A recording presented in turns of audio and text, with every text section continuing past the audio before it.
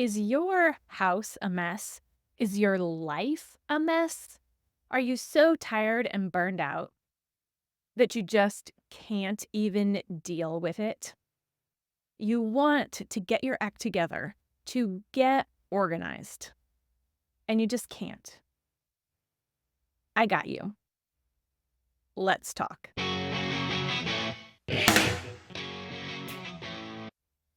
Hi, I'm Mystie Winckler, author of Simplified Organization Learn to Love What Must Be Done.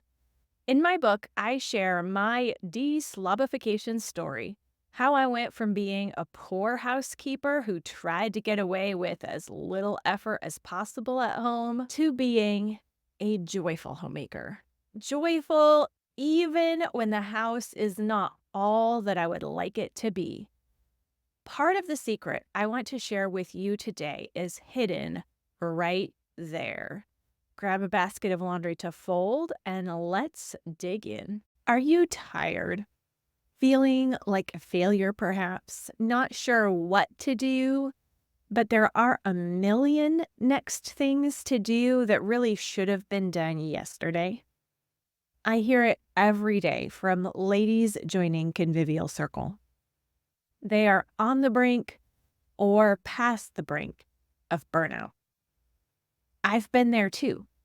I know what it feels like to be drowning in undone housework. I know what it feels like to be lost, listless, restless, apathetic at home. While a good method for tackling clutter and cleaning can help, what I needed and what I find so many others need first is an attitude correction. The work becomes so much more manageable and lighter when we tackle it with upbeat energy rather than disconsolate plodding. And that is possible. When we feel like we're drowning, when we are overwhelmed, we often first blame our situation, the difficulties that landed us in more mess than we would like to be in, the messes of other people that only seem to get worse and never better. We feel like victims of our environment. So naturally, we think that if only we could just change our environment, we also would change and revert to our ideal selves. If I just get this room decluttered, if I went minimalist, if we moved, if I made a good enough meal plan, if I could just get the whole house swept and mopped at the same time, then I'd be all right. Then we'd be cooking. I'd be organized. I would be able to handle life. But it actually works the other way around. You get yourself under control, your attitude and your actions, and then you start to see order and cleanliness spread out, slow step by slow step. The disorder in your thoughts, the distraction of your attention prevents you from pulling things together. Being discontent and restless makes the environment, your situation, worse. Never better. The discontent and restlessness in your heart have to be dealt with in your heart, on the inside, not by cleaning up the outside in your house. You think you can't be happy with your life until after the house is clean and organized, but actually you will finally begin getting traction in your home after you get happy. Your heart, your mindset, your feelings, your attitude are under your control. You can deal with them directly. The housework might just be a distraction from the real work you need to do first. in your own head and heart before God, repenting of discontent, envy, anger, and bitterness. Getting clean before God will spill out in cleanliness in your home, but cleaning your home will not get your heart right.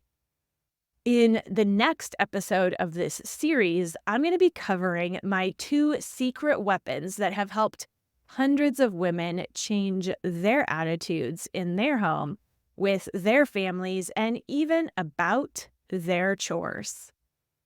I also have a course called Humble Habits that will help you to build renewing personal habits that help you renew your heart and mind so that you can experience growth and satisfaction and traction in your home. It's called Humble Habits because we need habits that are small. Now, every habit has a triggering event, an action, and a reward. Every habit has those 3 pieces: trigger, action, reward. All 3 pieces have to be there for the habit to stick. A trigger is a cue, a hint of some kind of reminder for the habit to happen. The action is the habit itself, and the clearer, the smaller, and the more specific our commitment to an action, the faster we can build it as a habit. After we do the action, there must be some kind of reward before that action will stick. We have to know and see the benefit of repeating our action, or it just won't stick. Too often, we actually talk ourselves out of the habits that we are trying to build by trash talking our small efforts rather than rejoicing in every bit of progress. Rejoicing is an important personal habit that we should have as Christian women. Rejoicing brings more progress than frustrated complaining. Just saying. If you need to build habits that will be transforming your approach to life and your home, that will help you to get your life under control by getting yourself under control and transforming your attitude, then stay tuned because I'm going to give you my top 2 habits to make over your attitude before you can make over your organization or your cleaning routine or any other part of your home or life management system. All those things start with you. So our habits should start with ourselves as well. If you feel overwhelmed or burned out at home, just tired and like you don't even know what to do next, then I have a new resource just for you. I call it the Beat Burnout Bingo Card. This bingo card has a mix of small things you can do around the house that will give you an enormous sense of progress, mixed with attitude-oriented, bite-sized steps that you can take to change your attitude about housework as well. Plus, if you get a bingo or a blackout on this bingo card, I have prizes. I hope that this will help you take some small steps to get traction in your home and heart. So check out my free Beat Burnout Bingo Card. Share it with your friends.